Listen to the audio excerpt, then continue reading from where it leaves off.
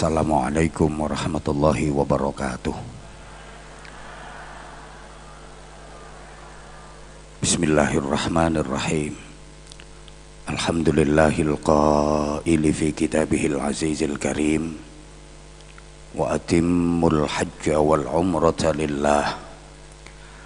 Asyhadu an la ilaha illallah wahdahu la syarikalah. Wa asyhadu anna Muhammadan abduhu wa rasuluhu la nabiyya ba'dah. Allahumma salli wa sallim wa barik ala sayyidina wa maulana Muhammadin sahibis syafa'ah wa ala alihi wa ashabihi wa tabi'in wa man tabi'a rusydah. Amma ba'd. Ulama anal ajilla, para kiai, para bunyai, para sesepuh yang kita taklimi, kita mohon restu, doa dan barokahnya. Owner dari Sutra Tur Hidayah, Pak Haji Subur bersama istri dan seluruh staf yang kita hormati, bapak-bapak, ibu-ibu, adik-adik calon jamaah umrah milad sutra yang ke-10, adamakumullah fi rahmatihi wa barakatihi wa ridhah. Alhamdulillah, satu anugerah dan kenikmatan yang sangat agung pagi ini kita dihadirkan Allah di majelis yang mulia dalam keadaan Islam dan iman. Mudah-mudahan nikmat Islam dan iman ini terus terawat sampai akhir hayat. Mudah-mudahan Islam dan iman tetap istiqomah sampai akhir kehidupan. Manusia oleh Allah Subhanahu wa ta'ala dijadikan sebagai makhluk yang terbaik. Laki yang paling jelek, laki yang paling jelek, kemudian sandingkan dengan wedhus lanang yang paling ganteng, pasti masih jauh lebih bagus manusianya. Betul? Cari, maaf, katakan dalam Al-Quran sebagai bentuk terbaik itu erat kaitannya dengan Islam dan iman. Allahumma sholli ala Muhammad. Saya katakan bentuk tubuh manusia itu erat kaitannya dengan Islam dan iman. Kita mulai. Rukun Islam ada berapa? Allah ya Karim, belum sarapan? Sama, rukun Islam ada berapa? 5 rukun Islam itu diibaratkan sebagai bentuk tubuh manusia hidup. 1, syahadat. Syahadat adalah nyawa. 2, sholat. Sholat itu wajah dan kepala. 3, puasa itu perut dan badan. 4, zakat itu tangan. Kemudian 5, haji itu adalah kaki. Syahadat nyawa, sholat wajah dan kepala, puasa perut dan tubuh, zakat tangan, kemudian haji dan umroh adalah kaki. Manusia dikatakan hidup sempurna tubuhnya kalau ada nyawa, wajah dan kepala, perut dan badan, tangan serta kaki. Dari 5 rukun Islam yang paling pokok dan gak boleh ditinggalkan itu 3: syahadat, sholat dan puasa. Iki ngrungokno tagak iki ya. Ya nanti poinnya kita ambil hikmahnya umroh, tapi saya giring dulu. Ibarat main bola itu kalau giringannya bagus, operannya bagus, nanti golnya yang masuk itu indah gitu loh. Iki ceramah sing larang nih modeling ini.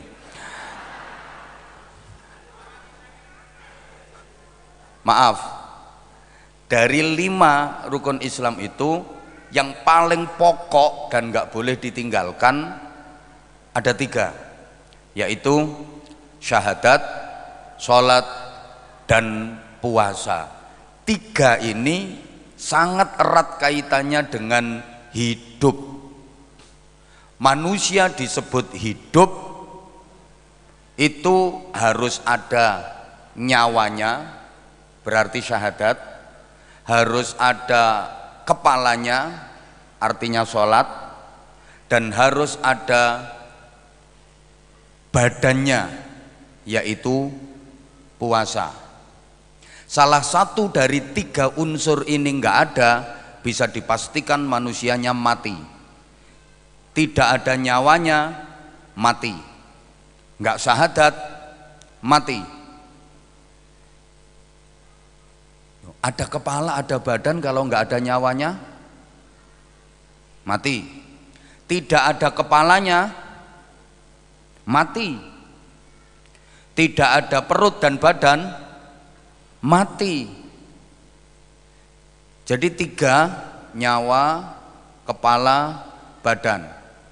Syahadat, sholat, puasa. Manusia masih tetap bisa hidup meskipun nggak punya tangan. Betul? Betul? Ada orang yang tidak membayar zakat karena miskin. Ini ibarat, maaf, manusia yang nggak punya tangan, dia tetap hidup, tidak mengerjakan zakat karena miskin. Meskipun nggak punya tangan, asal ada nyawa, kepala, tubuh, tetap hidup. Ada manusia yang hidup, maaf, tanpa kaki. Ini orang yang tidak mengerjakan haji dan umroh karena belum istita'ah, karena tidak mampu. Maka panjenengan-panjenengan yang hadir di majelis ini wajib bersyukur sedalam-dalamnya kepada Allah Subhanahu wa taala. 1, dari segi fisik panjenengan diberikan sempurna. 2, dari segi rukun Islam panjenengan diberikan kesempatan untuk bisa menyempurnakan kelima-limanya. Syahadat, sholat, zakat, insya Allah sing teko ning kene iki iso kabeh lah. Potongane ketok ya wong-wong berduit. Loh. Haji kalaupun belum bisa, udah bisa umroh. Umroh itu haji kecil. Ini satu nikmat yang luar biasa. Banyak orang berduit tapi belum pernah menginjakkan kaki ke Haramain, belum pernah menginjakkan kaki ke Makkah dan Madinah.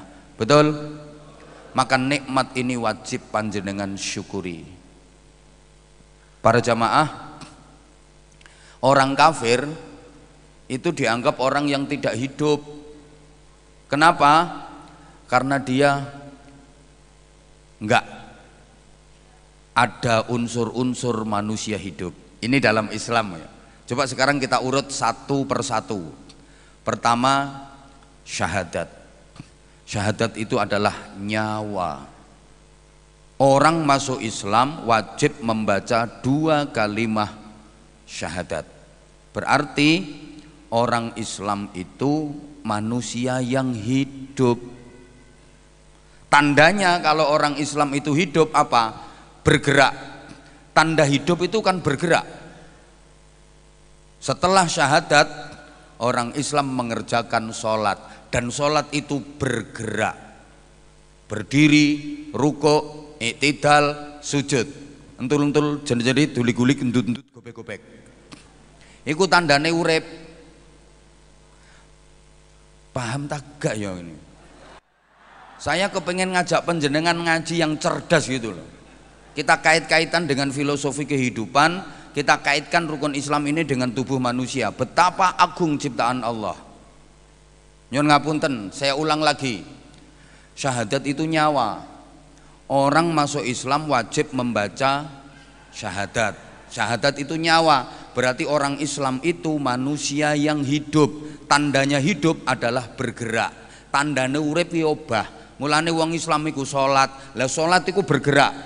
Ngadeg, merkungkung, ngadeg, njungkel, nyengongok, nyosop, entul-entul, jadi duli-gulik, ndut-ndut, gobek-gobek.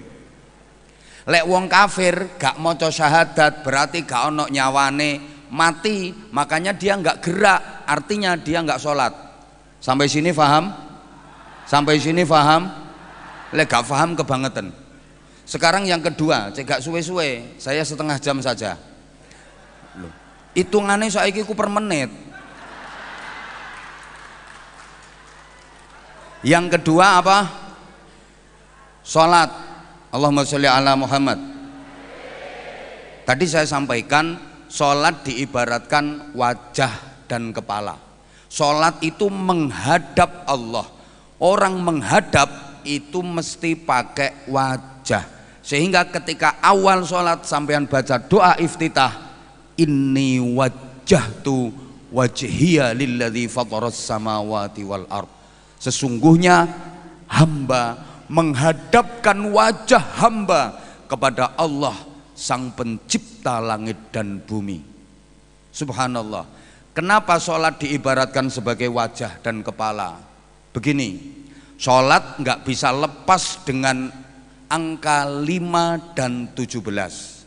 Sholat maktubah, sholat fardu sehari semalam 5 waktu, jumlahnya 12 rakaat. Perhatikan angka 17, sorry. Saya ulang, ini tanda bahwa saya masih manusia. Sholat diibaratkan sebagai wajah dan kepala. Sholat nggak bisa lepas dari bilangan 5 dan 17.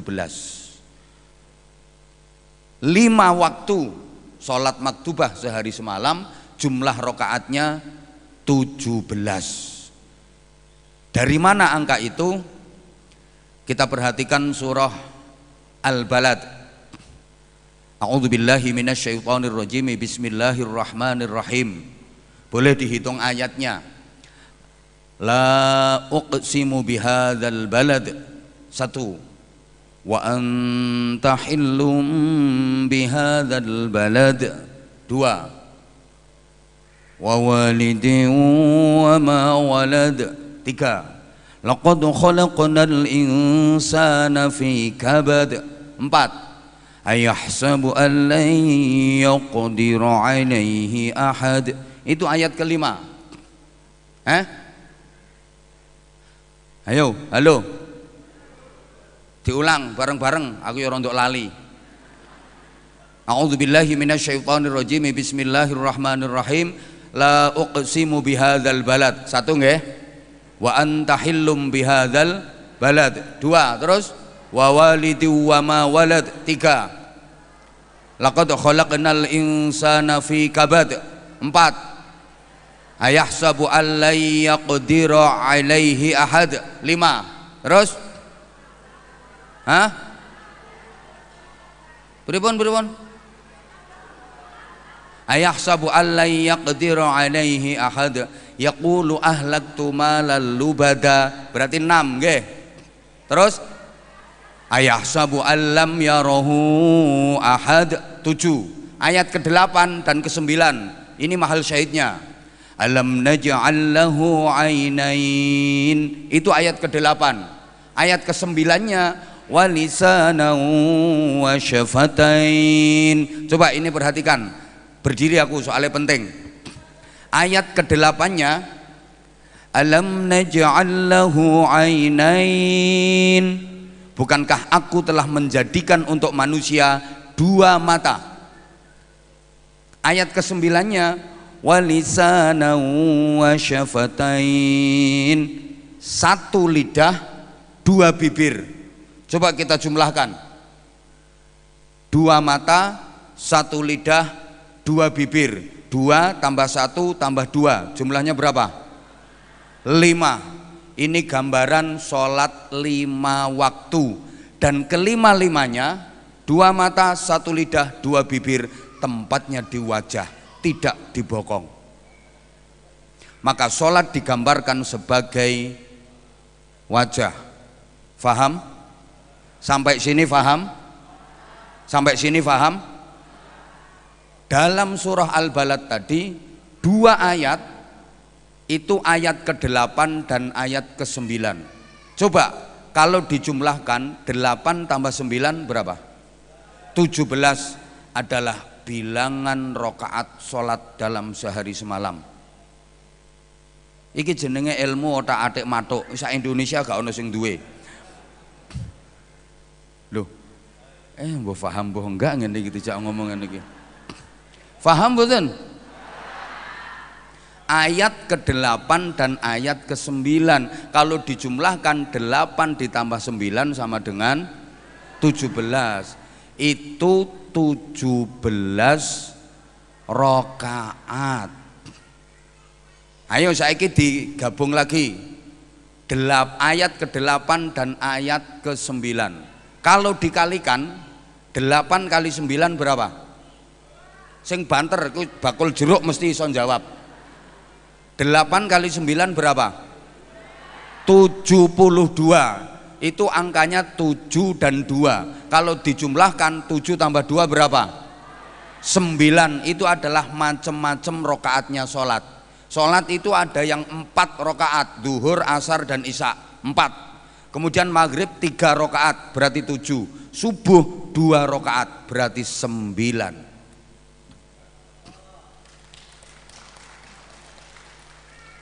Masya Allah. Halo.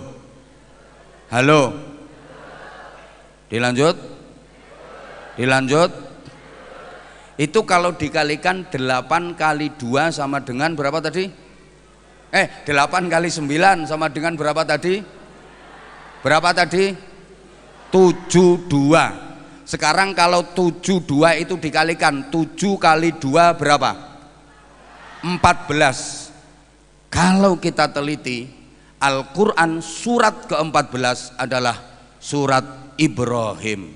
Perhatikan ayat, wa idh yarfa'u Ibrahimul qawa'ida minal baiti wa Ismail Rabbana taqabbal minna innaka antas sami'ud alim. Malah nyawang sing nyuguhi ngombe. Wa idza quri'al Qur'anu Ibrahim, Nabi Ibrahim yang meninggikan Ka'bah, dan Ka'bah adalah kiblatnya orang sholat. Allahumma sholli ala Muhammad. Allahumma sholli ala Muhammad. Masih belum percaya?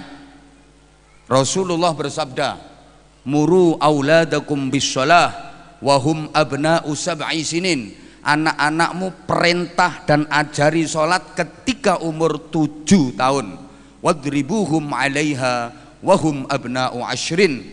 Kalau anakmu sudah umur 10 tahun masih gak mau sholat, pukul dia dengan pukulan yang membuat jera, bukan menyakiti apalagi melukai.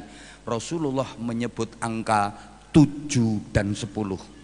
Perintah dan ajari anakmu sholat ketika sudah umur 7 tahun.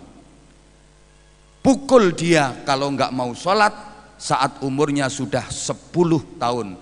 Kenapa yang disebut Rasulullah angka 7 dan 10 bukan angka yang lain? Jumlahkan 7 tambah 10 berapa? 7 tambah 10 berapa?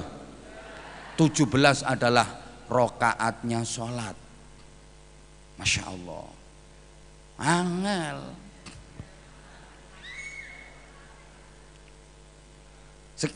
Larang iki gak larang ya apa? Halo, 17 adalah rokaatnya sholat. Kemudian perhatikan ayat Al-Quran, surat dalam Al-Quran. Surat ke-17 adalah surat Al-Isra.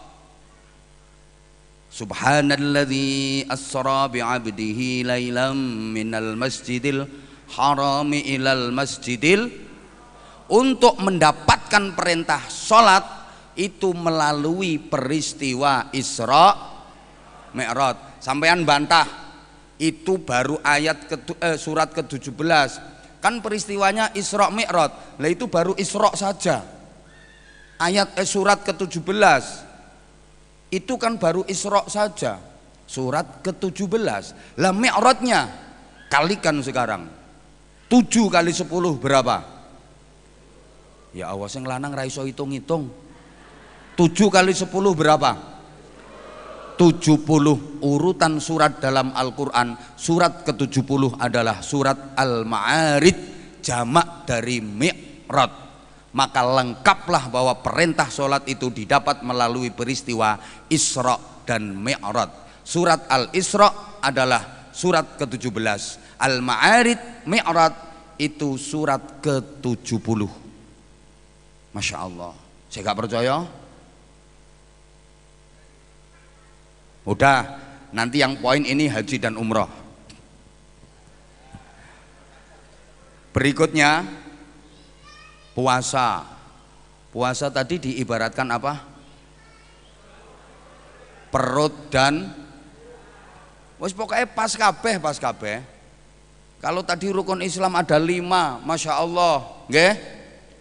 Nyawa, wajah dan kepala, perut dan badan, tangan, kaki. Bukan hal yang kebetulan kalau rukun Islam itu ada 5, dan bukan hal kebetulan pula kalau sutra itu tulisannya juga terdiri dari 5 huruf. S-U-T-R-A. Loh, itu kalau dikaitkan S sirah.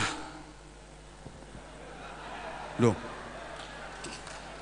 Masya Allah dikandani kok. U itu umur berarti nyawa. T tangan niki zakat. R niki riwariwi rono rene berarti rijlun. Loh, rijlun sikil. Masya Allah dikandani kok. A awak, pas karo rukun Islam ini. Loh, tak baleni.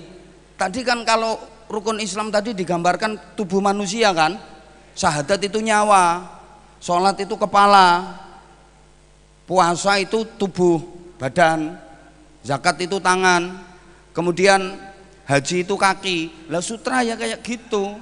S itu sirah, kan? U usia, umur berarti nyawa.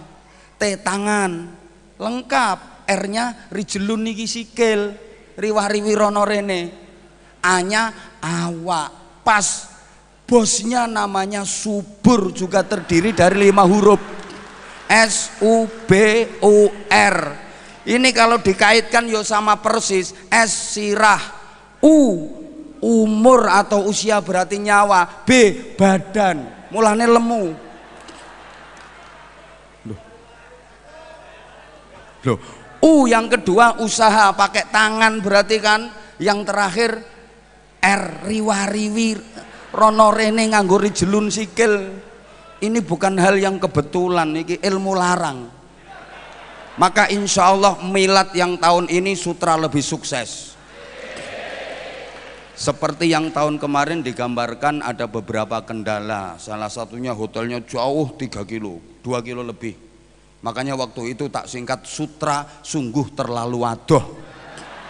Karena memang hotelnya wadoh, singkatan keduanya sutra sungguh tragis waktu itu.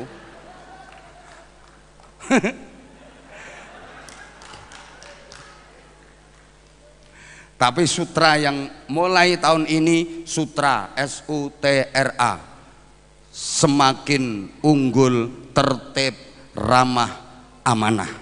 Ini sutra. Insya Allah. Walaupun aku gak tahu dikei apa-apa.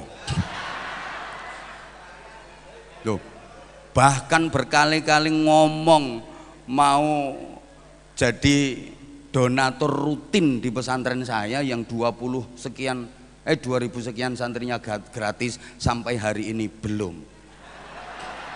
Sampai hari ini belum rutin. Padahal cuman berapa persen tuh, misalnya taruhlah 1 bulan ya gak akeh-akeh 50 juta misalnya. tiap bulan, insya Allah bisa kok. Lah ya wong Allah ya Karim, Kaji Dul ini loh, Kaji Dul, saya nggak pernah punya jasa apa-apa sama beliau, tapi beliau istiqomah rutin tiap bulan kangge tuku lawoe lare-lare. Ini Kaji Dul, nggak usah saya sebutkan berapa nominalnya. Lah sing koyo ngono lemune punya PT babar pisan. Padahal saya ketemu Sutra itu tahun 2017 wayang gelundungnya wayah bangkrutnya. Diakui atau tidak diakui, kebangkitan Sutra itu saya juga ikut mendongkrak, saya juga ikut. Loh, dikira dapat jamaah 1600, tahun kemarin 1800, itu nggak nyatut namanya Anwar Zahid apa? Nyatanya di cabang mana-mana yang dipasang juga fotonya Anwar Zahid. Kalau fotonya Subur tok gak patek payu.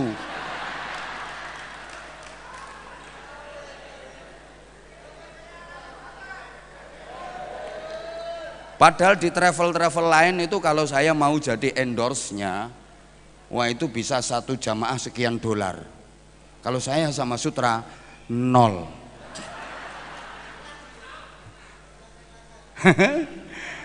Ya Allah ya Karim, ya kita memang niatnya membantu dan melayani jamaah dengan sebaik-baiknya. Insya Allah ke depan Sutra S-nya semakin, U-nya unggul, T-nya tertib, R-nya ramah, A-nya amanah. Mudah-mudahan diijabah oleh Allah Subhanahu wa taala. Loh ini bukan hal yang kebetulan. Saman golek kiai nerangno modelnya niki akhirnya nemu sak Indonesia. Allahumma sholli ala Muhammad. Kalau puasa tadi digambarkan perut, nggih? Nggih? Loh ini gampang, logikanya gampang. Puasa memang erat kaitannya dengan perut. Puasa itu mengosongkan perut dari makanan, minuman atau dari benda apa saja. Berarti puasa itu digambarkan sebagai perut. Wes ini gampang nih hubungan kayak gini. Perut dan badan. Kenapa? Sumu tasyihu. Berpuasalah kalian maka kalian pasti akan sehat. Kalau perutmu terkondisikan dengan baik, maka badanmu pasti akan menjadi sehat. Sumber dari semua penyakit itu dari perut. Wes ngandel gak ngandel karepmu. Loh ini semuanya ada kaitannya kok. Zakat diibaratkan apa tadi? Yo wes lali. Zakat diibaratkan apa tadi? Tangan. Orang zakat itu memberi dan pasti ada yang menerima. Lah memberi dan menerima itu pakai tangan. Zakat itu artinya membersihkan, mensucikan. Orang bersih-bersih itu umumnya juga pakai tangan. Makanya zakat digambarkan sebagai tangan. Zakat itu memberi dan menerima pakai tangan. Zakat itu artinya membersihkan, mensucikan pakai tangan. Nah zakat membersihkan harta. Karena apa? Di sebagian harta kita ada hak orang lain, harus kita bersihkan. Yang penjenengan dapat, penghasilan yang penjenengan dapat itu pendapatan bruto, pendapatan kotor. Dari bruto ke neto pendapatan bersih harus ada zakat dan sedekahnya. Berapapun yang didapat oleh Sutra itu masih bruto. Agen Pati setor sekian, agen Sidoarjo setor sekian, agen Surabaya setor sekian, agen Gresik setor, agen Lamongan setor, agen Jepara setor. Itu pendapatan bruto, harus dibersihkan supaya jadi neto. Dari bruto ke neto ini pembersihnya pakai zakat. Makanya orang kalau nggak mau zakat dimbat kabeh itu kayak disuguhi kacang dipangan sak kulit-kulite, dituki iwak bandeng dimplok sak ndas-ndase, sak ririne, sak telek-teleke, disuguhi gedang dipangan sak kulit-kulite, gragas namanya. Lah tak anteni kok gak ono kiriman no rekeningku. Masa kok dimplok kabeh sak kulit-kulite?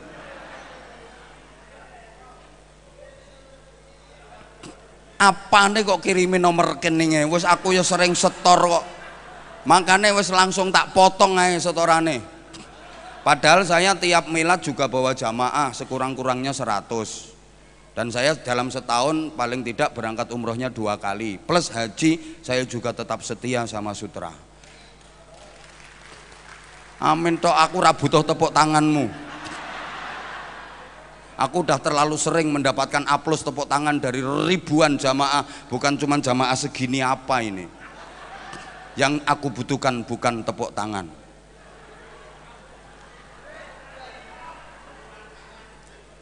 Tapi uluran tangan.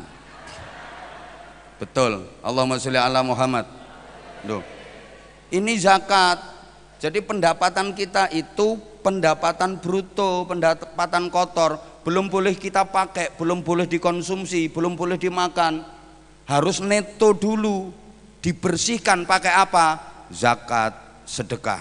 Ingat, dalam harta kita itu ada hak orang lain yang harus kita serahkan, karena itu ada haknya orang lain. Maaf. Tuh, wis muga-muga bose mikir. Saiki yang terakhir, ini yang paling penting ini. Haji itu diibaratkan apa? Haji dan umroh, karena umroh itu haji kecil. Banyak orang yang menganggap, maaf, dikira umroh itu nggak wajib. Loh, durung kaji kok umroh. Kan banyak masyarakat kita yang seperti itu. Durung kaji kok umroh, gak oleh jarane. Lah sing gak ngolehi ya sapa? Umroh itu sama, umroh itu hukumnya wajib sekali seumur hidup. Orang sudah mampu nggak mau umroh, itu kayak orang sudah punya nisab tapi nggak mau mengeluarkan zakatnya. Paham? Paham? Berarti dosa dia. Ya iya. Wa atimmul hajja wal umrata lillah. Jadi bukan hanya haji yang wajib bagi yang sudah istitoah, umroh bagi yang sudah istitoah hukumnya juga wajib. Orang sudah mampu nggak mau umroh, dosa podo karo orang punya nisab nggak mau mengeluarkan zakatnya. Maaf ya, saya terlalu berapi-api karena saya nunggu yang masuk di rekening saya nggak ada kelunding-kelunding sama sekali. Mulai awal aku bareng bahas iki langsung petentengan. Allahumma sholli ala Muhammad. Haji itu diibaratkan sebagai kaki, karena kita semua tahu haji umroh itu adalah ibadah yang sangat banyak menggunakan jalan kaki. Tawaf mengitari Ka'bah 7 kali pakai, aja bantah wae disurung kursi roda ngono. Iki yang kita bahas dengan yang normal kan. Ayo diulang. Tawaf mengitari Ka'bah 7 kali pakai sa'i, Safa Marwah, Marwah Safa pakai. Dan Allah juga menyebut di dalam ayatnya terkait perintah haji. Coba, wa'adhdhin fin nasi bil haji ya'tuka rijalan wa 'ala kulli dhamirin ya'tina min kulli fajjin 'amiq. Allah menyebut rijalan. Berserulah kamu wahai Ibrahim kepada manusia agar menjalankan ibadah haji, mendatangi Baitullah, maka mereka akan berbondong-bondong datang rijalan, dengan berjalan kaki. Disebutkan kaki sama Allah. Haji itu kaki. Dah, saiki hikmah. Langsung poin. Nanti jenengan ketika manasik, praktek, insya Allah yang akan saya sampaikan ini akan merasuk ke dalam hatinya jenengan. Biar manasiknya lebih mantep, saya kasih tahu sedikit hikmahnya. Pertama, ihram. Nanti yang keduanya tawaf, berikutnya sa'i, terakhir tahallul, selesai. Habis itu jenengan praktek, aku tak ngopi rokokan. Nah aku dikongkon melok ngetotno jenengan praktek. Pertama ihram. Ihram itu pakai pakaian yang tidak berjahit. Sebentar yang ibu ya, sebentar. Tidak boleh pakai pakaian yang berjahit. Bagi laki-laki, pakaian yang berjahit itu pakaian yang sudah berbentuk, umumnya luar dan dalam beda. Luarnya bagus, halus, tapi dalamnya jelek dan kasar. soalnya dikai sporing elek. Apa jenenge jero ngene iki? Hah? Poring. Kan puring elek biasanya. Pakaian berjahit atau pakaian yang sudah jadi berbentuk iku umume luarnya bagus, halus, dalamnya jelek. Makanya jarang orang pakai kelambi kok diwalik, pakai celana kok diwalik, nek gak wong gendeng. Yang hadir di sini, maaf ya, luarnya halus-halus, bagus-bagus, tapi dalamnya penuh kotoran. Ada darah, ada nanah, ada the telek. Ini gambaran tubuhmu ini, maaf. Wayu, alus, kinclong, moblong, glowing kayak bojone Kaji Subur. Itu pun yang gembol telek. Di dalam tubuhnya juga ada darah merah, ada darah putih namanya nanah, ada usus. Iki halus, tembok iki halus, luarnya halus, jerone mesti pating gribal, itu ada besinya, ada pasirnya, ada koralnya, betul? Nah, itu kalau pakaian berjahit. Pakaian ihram tidak berjahit, artinya luar dan dalam sama, nggak ada luar, nggak ada dalam. Panjenengan kalau sudah mengenakan pakaian ihram, nawaitul umrata wa ahramtu biha, maka panjenengan harus mengusahakan luar dan dalam sama. Jangan sampai luarnya bagus, dalamnya busuk. Ketika panjenengan sudah mengenakan pakaian ihram, maka semua jenis baju harus ditanggalkan. Ganti baju ihram. Allahumma sholli ala Muhammad. Kenapa yang disebutkan kok baju? Lah iya, baju itu identitas. Coba perhatikan, harus dilepas. Ada identitas kewarganegaraan. Bajunya orang Arab dengan bajunya orang Indonesia nggak sama. Dengan bajunya orang Sumatera beda, dengan bajunya orang Kalimantan beda, dengan bajunya orang Sulawesi beda. Itu semua harus dilepas. Di sana ketika sudah mengenakan pakaian ihram, nggak ada Arab, nggak ada Jawa, nggak ada Batak, nggak ada Sunda, nggak ada Dayak, nggak ada Bugis, yang ada hanyalah abdun, hamba Allah subhanahu wa ta'ala. Bisa difahami? Bisa difahami? Atau pakaian yang berupa identitas, jabatan apapun ada pakaiannya. Jabatan polisi pakaiannya coklat ngono iku, jabatan tentara TNI pakaiannya doreng, jabatan dokter pakaiannya putih-putih, jabatan PNS pegawai negeri pakaiannya kayak gitu. Semua harus dilepas. Jabatan ustadz pakai sorban, pakai udeng-udeng. Apapun profesi dan jabatan itu ada pakaiannya masing-masing, betul? Ya Allah, tentara punya pakaian khas sendiri, polisi punya pakaian khas sendiri, dokter punya pakaian khas sendiri, ustadz, kiai punya pakaian khas sendiri, pengusaha, bos, pejabat punya pakaian khas sendiri. Semua harus dilepas, karena di hadapan Allah nggak ada dokter, nggak ada PNS, nggak ada bupati, nggak ada gubernur, nggak ada presiden, nggak ada ustadz, nggak ada kiai, semua sama. Mulane sing sugih-sugih nggak boleh melete di sana. Kenapa?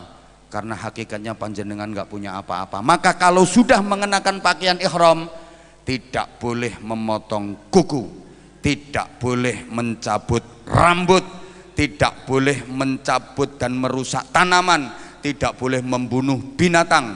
Betul? Betul? Itu pengakuan bahwa sesungguhnya kita ini hamba Allah yang nggak punya apa-apa. Semua milik Allah. Maka kuku bukan kuku kita, itu milik Allah. Jangan dicabut, jangan dipotong. Rambut bukan milik kita, ini milik Allah, maka jangan dicabut. Tanaman, binatang bukan tanaman kita, milik Allah, jangan dirusak. jangan dibunuh. Maka duit, harta, perusahaan, apapun bukan milikmu tapi milik Allah. Kita nggak punya apa-apa. Allahumma sholli ala Muhammad. Sampai di sini bisa difahami? Sampai di sini bisa difahami? Ini baru ihram. Dadi engko sampean nek wis latihan mengenakan ihram, atine sampean kudu duwe ngono. Kemudian ketika mengenakan pakaian ihram, pundak sebelah kanan dibuka, pundak sebelah kiri ditutup. Yang atas itu diselempangne, Pak. Engko sampean diajari gitu. Sunnahnya seperti itu. Pundak kanan dibuka, pundak kiri ditutup. Kanan simbol kebaikan, kiri simbol keburukan. Artinya apa?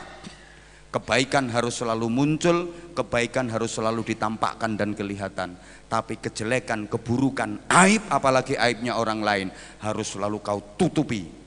Sing elek-elek iki ditutup, sing api-api ayo disebarno, supaya kebaikan itu bisa menyebar kemana-mana. Allahu Akbar. Allahumma sholli ala Muhammad. Allahumma sholli ala Muhammad. Nanti hikmah-hikmah yang lain tak sampaikan kalau pas lagi pertemuan. Insya Allah nanti yang ikut program milad ini ada 2 kali pertemuan spesial. Di Madinah nanti kita ada ketemuannya di Kebun Kurma. Kita bikin seremonial dalam rangka miladnya Sutra. Yang di Makkah nanti kita di Muzdalifah insya Allah. Nah, nanti tak sampaikan lagi. Ini salah satu keuntungannya ikut Sutratur. Jadi ada tausiah gratis.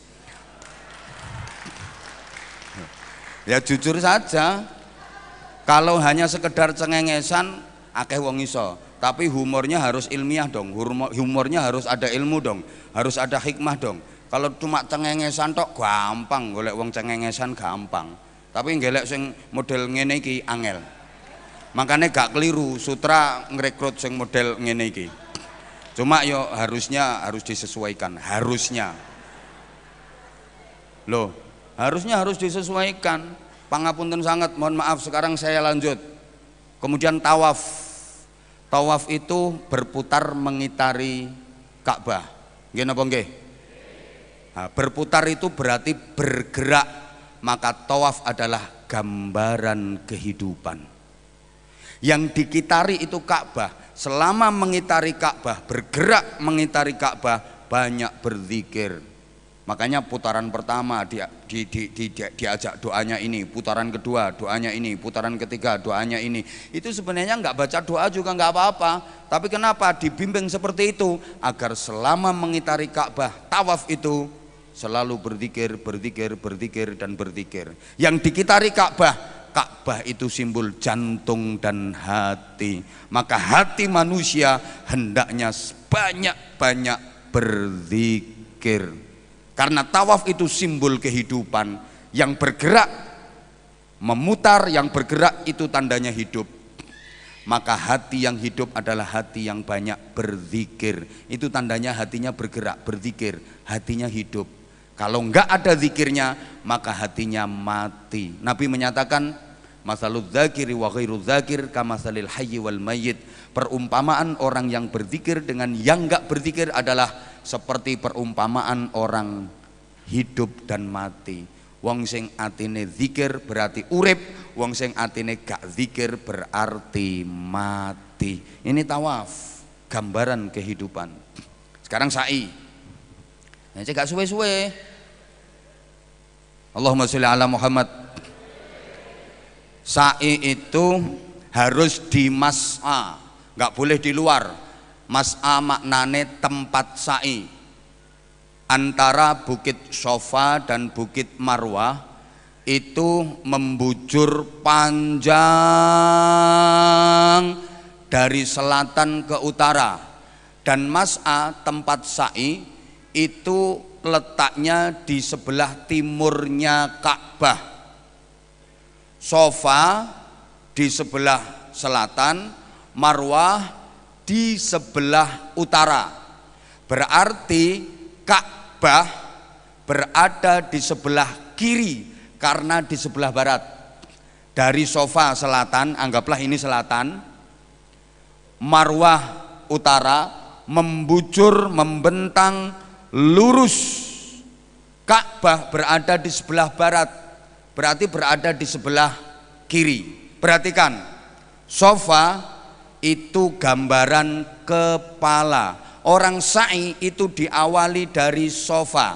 Umumnya manusia lahir ke dunia dalam bentuk bayi, itu yang keluar kepalanya dulu, kecuali bayi nyungsang. Maka sa'i diawali dari sofa. Yang sofa ini digambarkan sebagai kepala. Marwah itu kaki. Perhatikan, Ka'bah adalah jantung atau hati. Halo? Halo? Letaknya, yang sudah pernah ke sana coba dijawab. Ka'bah itu lebih dekat ke Marwah apa lebih dekat ke sofa? Ya Allah, yang udah pernah ke sana sing banter, Ka'bah itu jaraknya lebih dekat ke Marwah apa lebih dekat ke sofa? Lebih dekat ke sofa. Ka'bah itu hati, hati di dalam dada. Maka dada, hati lebih dekat dengan kepala daripada dengan kaki. Dan letaknya di sebelah kiri, karena hati itu berada di dada sebelah kiri. Masya Allah. Mbok paham mbok enggak ngene iki? Paham mboten? Coba saiki nek gak percaya tak urut maneng. Sa'i itu perjalanan lurus, maka hidup itu harus lurus. Ala dinil Islam wal iman. Ojo bengkak-bengkok. Sebagaimana kalau tawaf itu berputar mengitari Ka'bah, maka Ka'bah itu digambarkan hati atau jantung yang selalu memompa darah, mengitari seluruh tubuh. Lek gak ngono gak urip. Kapan-kapan tak terangno maneh lah. Gak diterangno kabeh. Sofa, Marwah. Saya ulang, sa'i adalah wong sampean nyawang iki sing dandani iki kok HP elek. Rungokno, aja nyawang arek iku. Allahumma sholli ala Muhammad. Iki terakhir. Mari ngene nang bimbingan. Sa'i itu perjalanan lurus, sofa, Marwah. Dimulai dari sofa, diakhiri di semangat. Dimulai di sofa, diakhiri di sofa. Itu kalau ditulis Arab diawali dengan huruf shad. Coba kita hitung dalam urutan huruf hijaiyah. Shad itu huruf keberapa? Alif, ba, ta, sa, jim, ha, kha, dal, zal, ro, za, sin, shin, shad. Berapa? Berapa? Berapa? 14. Ayo diulang kalau nggak percaya. Saman melu ngitung. Alif, ba, ta, sa, jim, ha, kha, dal, zal, ro, za, sin, shin, shad. Berapa? 14. Angkanya 1 dan 4. Kalau dijumlah 5 adalah rukun Islam. Kemudian Marwah diawali dengan huruf banter. Marwah diawali dengan huruf mem. Coba kita hitung di huruf hijaiyah, mem itu urutan abjad keberapa? Ayo karo dihitungi, engko dianggap aku ngarang. Alif, ba, ta, sa, jim, ha, kha, dal, zal, ro, za, sin, shin, shad, dot, ta, dha, ain, ghain, fa, qaf, kaf, lam, mim. 24. Betul? Betul? 24 angkanya 2 dan 4. Kalau dijumlah 6 adalah rukun iman. Jadi sofa rukun Islam, Marwah rukun. Gak tok ya, gak pinter aku. Ya Allah, masya Allah, masya Allah. Wis ta pokoke nek di gathuk-gathukno gathuk kabeh. Ini berarti rukun Islam dan rukun Islam dan rukun iman. Wes itu dulu. Nanti yang lain di sana biar penasaran sampean. Yo ora usah diterangno kabeh rek. Ora usah diterangno kabeh. Kemudian sofa itu perjalanan mencari air. Kenapa yang dicari air bukan makanan? Ternyata air adalah sumber kehidupan. Waja'alna minal ma'i kulla syai'in hayy. Dan aku jadikan dari air semua yang bernama hidup. Kalau nggak ada air nggak bisa hidup. Bahkan tubuh manusia itu 80%-nya adalah kandungan air. Saya ulang, tubuh manusia itu 80%-nya adalah kandungan air. Maka kalau kekurangan air mesti sakit. Menungso ki 80% tubuhnya itu air. Jadi Pak Haji Subur ini umpomo ditimbang bobotnya kok sak kintal, yang 80 kilo itu air. Jadi umpama Pak Haji Subur itu dipeme sampai kemeringking garing, bobotnya karek 20 kilo.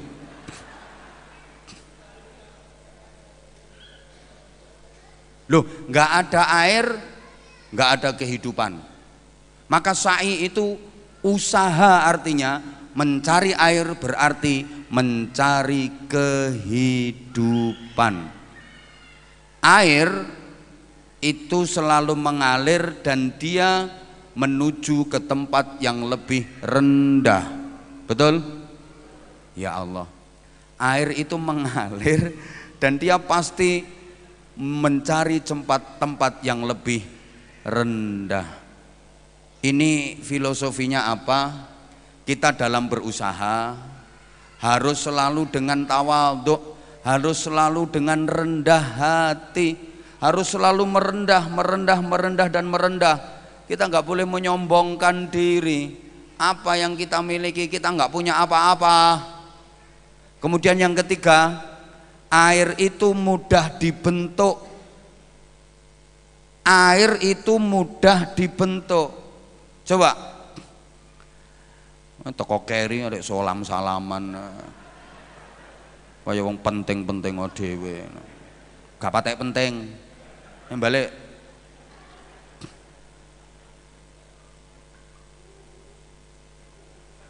gawe model apa ngono. Nek gak trimo yo aku mudhun tak kon genteni. Tak jamin buyar, nek gak buyar ya diantemi wong-wong yo. Mesti saya luwih seneng tak ceramai aku timbang diceramai iku. Allahumma sholli ala Muhammad. Allahumma sholli ala Muhammad. Yang ketiga, air itu mudah dibentuk. Coba diwadahi botol bentuknya ya dadi air, diwadahi gelas bentuknya ya dadi, diwadahi kaleng bentuknya ya dadi, diwadahi jirigen bentuknya ya dadi air, diwadahi galon bentuknya ya galon. Artinya apa? Dadi wong sing gampang diatur. Wong urip kudu gelem manut aturane Gusti Allah. Seperti air. Air ini mudah dibentuk. Sampeyan nadai apa bentuke ya kaya ngono kuwi.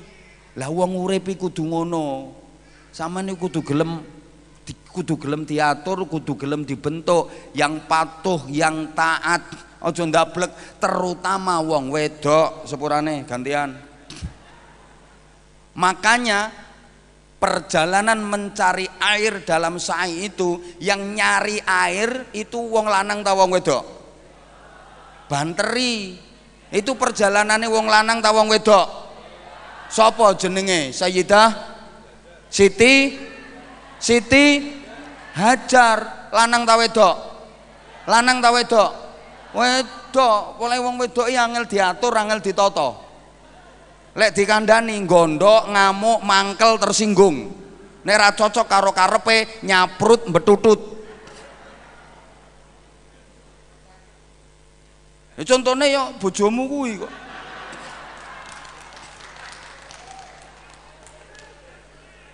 Sa'i itu perjalanan lurus, betul? Modale Islam dan iman, maka Islam dan iman itu adalah jalan lurus sirotol mustaqim menuju surga Allah Subhanahu wa ta'ala. Sot, Sofa 145 rukun Islam, Marwah Mem 24 6 berarti rukun iman. Dan sa'i itu perjalanan lurus, modalnya apa? Islam dan iman. Siapa yang dalam kehidupannya menempuh perjalanan hidup dibekali dengan Islam dan iman, hidupnya lurus, jalannya lurus sampai rahmat Allah, sampai ridha Allah, sampai surga Allah. Sa'i perjalanan lurus. Yang menempuh perjalanan itu kalau dari sejarah adalah wong wedok. Kenapa? Perempuan itu diciptakan dari tulang rusuk yang paling bawah, dan tulang rusuk itu bengkok. Mulane wong wedok sing bengkong-bengkong iki dikongkon lurus, gampang dibentuk kaya banyu, gampang diatur. Wong wedok iku diciptakan dari tulang rusuk. Tulang rusuk iku bengkong. Nek dinjarno ya pancet bengkong, dipeksa dikencengno puklek. Lane angel diatur, angel ditata.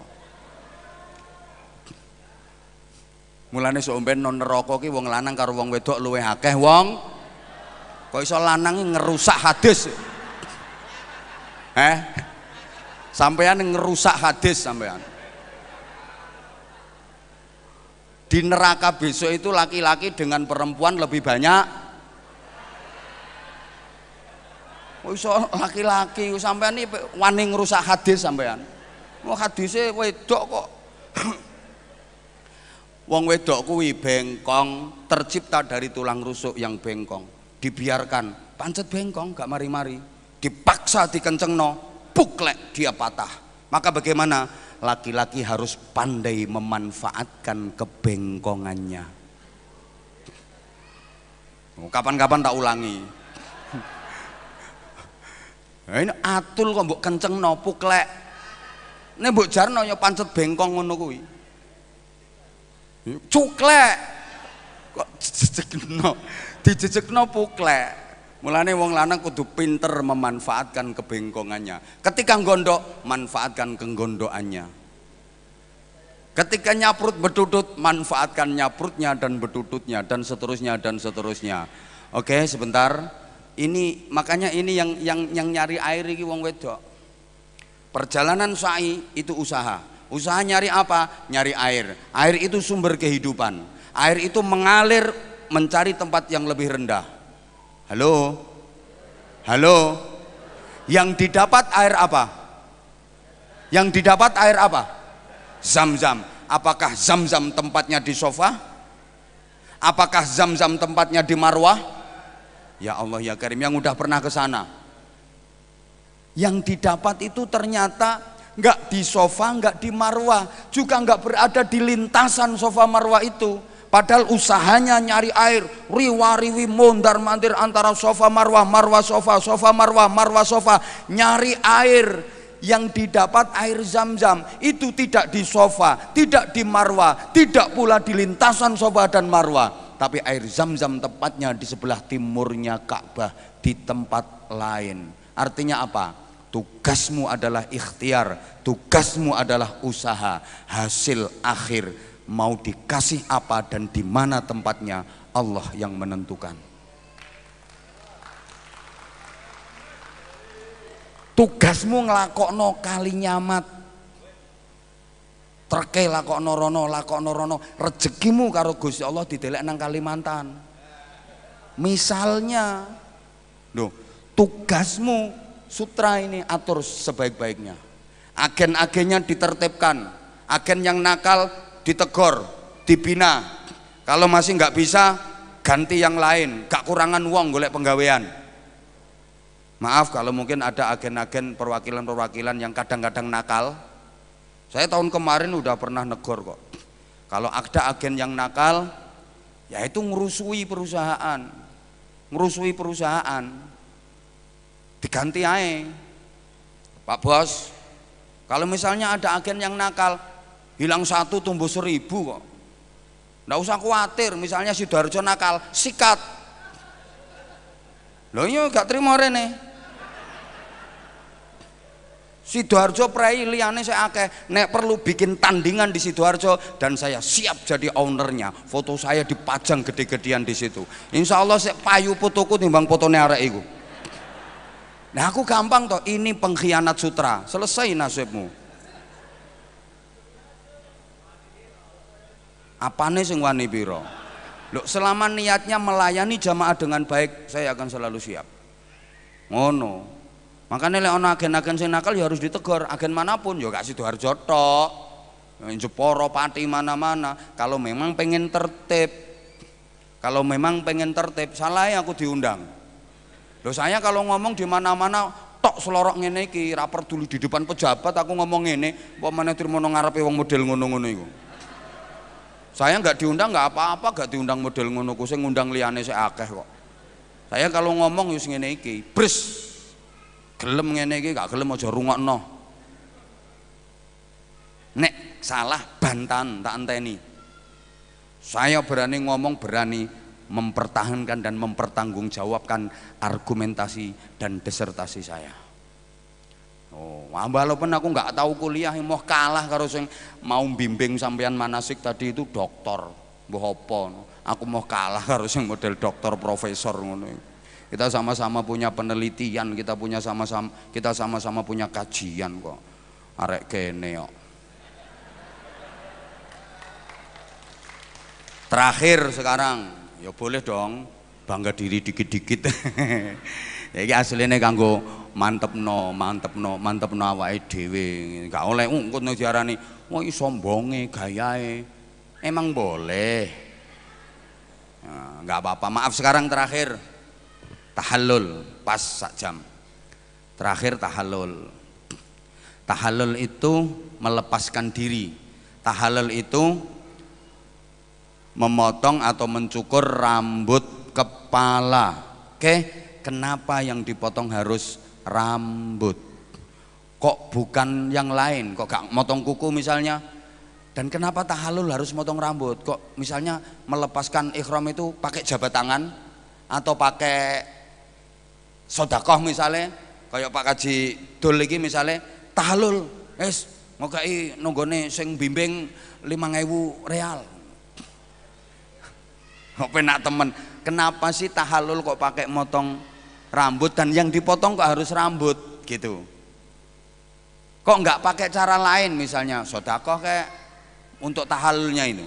Ayo kita perhatikan sekarang yang dipotong rambut kepala. Satu, rambut. Rambut itu bahasa Arabnya sya'run. Betul? Betul? Ya Allah, sama nih rapate iso bahasa Arab padha mbek aku. Sya'run itu juga bisa bermakna rasa. Rambut itu banyak dan halus, maka rasa manusia itu banyak dan halus. Namanya perasaan itu halus kayak rambut, dan rambut itu banyak. Gak ono kok wong kok rambutnya mek telu ngono, gak ono. Ipin Upin, oh gundulmu. Ya wong normal kok mbok bantah. Maka rambut itu halus, perasaan itu halus. Apalagi perasaan yang sebelah sini, Masya Allah, kadang kalusen. Wah, orang-orang gak nyindir, gak ngomong non dhek ngono iso sringkut, ngeneki aku, sensi banget. Yang sebelah sini loh, pancene wong wedokin apa-apa nganggo perasaan. Terus rambut itu banyak, maka rasa di hati manusia, perasaan kita itu banyak. Kadang ono seneng, ono bahagia, ono susah, ono rasa seneng, ono rasa senep. Yang lain yang belum haji, belum umroh, apalagi hanya sekedar pengen dapat panggilan Pak Haji dan Bu Hajah, nggak dicelok kaji, so nesu-nesu bisa marah-marah. Aku wis kaji, nggak dicelok kaji. Ada undangan itu, di dalam undangan tulisannya nggak dikasih H, dia marah dan nggak berangkat. Mau kaji larang-larang nggak dikai H. Padahal panggilan haji dan hajah itu hanya di Asia, khususnya Asia Tenggara. Neng Arab gak usum, neng Amerika gak usum, neng Eropa gak usum, gak ada. Yang usum yang kemalan, wong Indonesia kemalan, orang Asia khususnya Asia Tenggara itu kemalan. Kanjeng Nabi haji ya gak ono manggil Haji Muhammad Shallallahu Alaihi Wasallam. Tahu krungu sampean, sholawat serta salam, mari kita sanjungan kepada junjungan kita Nabi Haji Muhammad Shallallahu Alaihi Wasallam.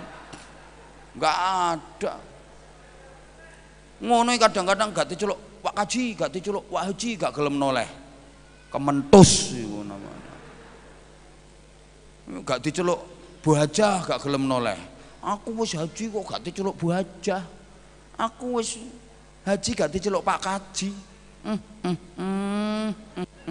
Iku malah ngetokno nek hajimu umrohmu gak beres iku malah. Lepas semua itu. Mulanya disimbolkan dengan tahallul. Yang merasa mulia, yang membuatmu merasa mulia dipotong, lepas, buang ke tempat sampah. Di sana semua sama di hadapan Allah. Wes, nek nang kono aja aduh atik rumangsa dadi bos. Aku ownernya Sutra. Apa maneh? Aku kan istrinya owner Sutra. Sekarang aku jadi komisaris utama. Bikin kantor baru, Sutra Sultan Lamongan. Komisaris utamanya adalah aku. Atul. Buang itu semua. Sampean karo jamaah liyane padha lek wis nang kono. Sama, sampai mulai yang ngono. Aja katik menggaya, aku bose. Bos kakean utangnya kok. Loh ini saya mohon maaf ya, saya mohon maaf sekali lagi, saya juga mohon maaf, mudah-mudahan yang saya sampaikan ada manfaatnya. Selamat menjalankan latihan, ini yang namanya manasik, saya mau ngopi. Loh aku mau kokon melok sampean latihan ngubengi Ka'bah. Bismillahirrahmanirrahim. Ngene. Sorry ye. Emang gua cowok apaan? Iku kanggo sampean sing gong patek pinter ngono iku. Makanya ngaji dhisik, lek gak ngaji bahaya. Ngono lho. Saya dulu pernah bawa jamaah itu lucu. Selesai tawaf itu tuh kumpul tak tanya, "Bapak maaf Ibu ya, siapa yang tadi ngentut ngaku saja itu ndak sah tawafnya." Ngono kono sing takon. Kula tang lebah. Apa? Kula niki termasuk ngentut napa mboten? Lho kok iso ngono? Lah namung tes ngono. Ngregetno to. Kowe mau ces, mau cus, mau cis, mau cos, titutet brot iki yang ngentut jenenge batal. Kalau nggak ikut manasik. Terus maneng khusus jamaah sutra saya mohon dengan hormat khususnya yang sebelah sini, selama menjalankan ibadah hindari selfie. Kecuali sudah selesai ibadahmu. Banyak itu di mana-mana itu yang mengurangi nilai kekhusyuan. Bayangno, sampean wayah sa'i wayah sa'i. Tapi gak ngono wayah sa'i lega wayah sa'i karo selfie, nek gak ngono video callan ambek koncone. Sa'i.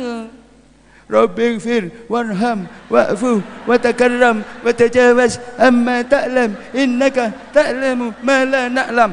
Sa'imu gak sah karena jalanmu mundur, jalanmu mereng. Sa'i itu wajib lurus ke depan.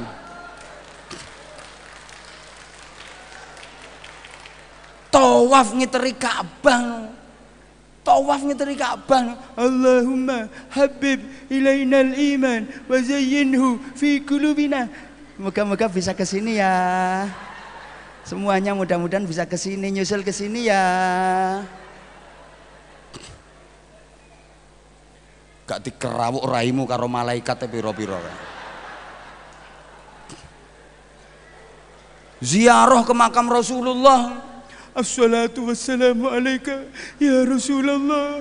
Assalatu wassalamu alaika ya Rasulullah. Assalatu ya Rasulullah. Aku sampaikan salam dari saudaraku Haji Muhammad Subur kepadamu ya Rasulullah. Akhirnya videonya dikirimno no Pak Haji Subur. Engkau mulai 3 juta sampai Pak Haji Subur. Matur suwun aku didongakno. Padahal iku drama, acting.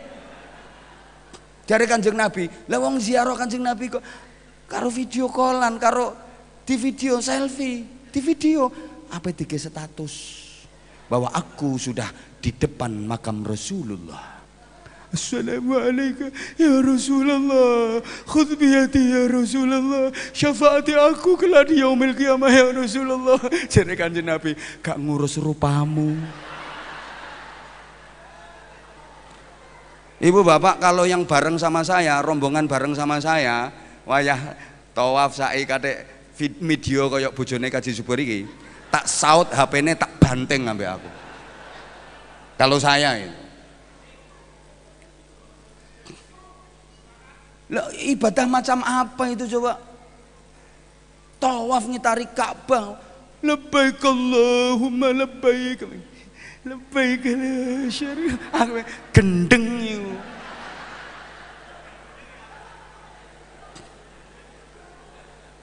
Lu pikirin dah, lek gak terima aja melu sutra. Lah nanti kalau sampean udah selesai tawaf, sholat 2 rakaat di belakang makam Ibrahim, foto bareng-bareng monggo. Tidak ada foto di depan Ka'bah. Kenapa sih harus pakai video call ketika menjalankan ibadah? Kalau udah selesai ibadahnya baru foto-foto, selesai sa'i baru foto-foto. Toh masih ada momen untuk mengabadikan momen itu, ada timingnya, ada waktu untuk mengabadikan momen itu. Atau kalau sampean mau foto orang lain yang lagi, misalnya yang lagi ziarah ke makam Rasulullah, klek sekedar buat kenangan. Enggak kok. Lah kalau sampean video kalian ambil, saya lihat sendiri itu ustadz itu sa'i gara-gara video call, gara-gara ngene iki, gara-gara selfie sa'i itu sa'i ini mereng ambek mundur. War hampir perkara moto jamaah. Wa fuwata karam moto jawasin. Lah ini sa'imu gak sah dul. Sa'imu gak sah, mau sa'i kok mundur mlakune. Mereng ae gak oleh kok, harus lurus ke depan kok. Iso ngaji apa ora wong iku? Makanya perlu nih sama lek kate nglakoni ibadah ngene iki ngaji. Wis malah aku sing manasik iki engko malehan. Assalamualaikum warahmatullahi wabarakatuh.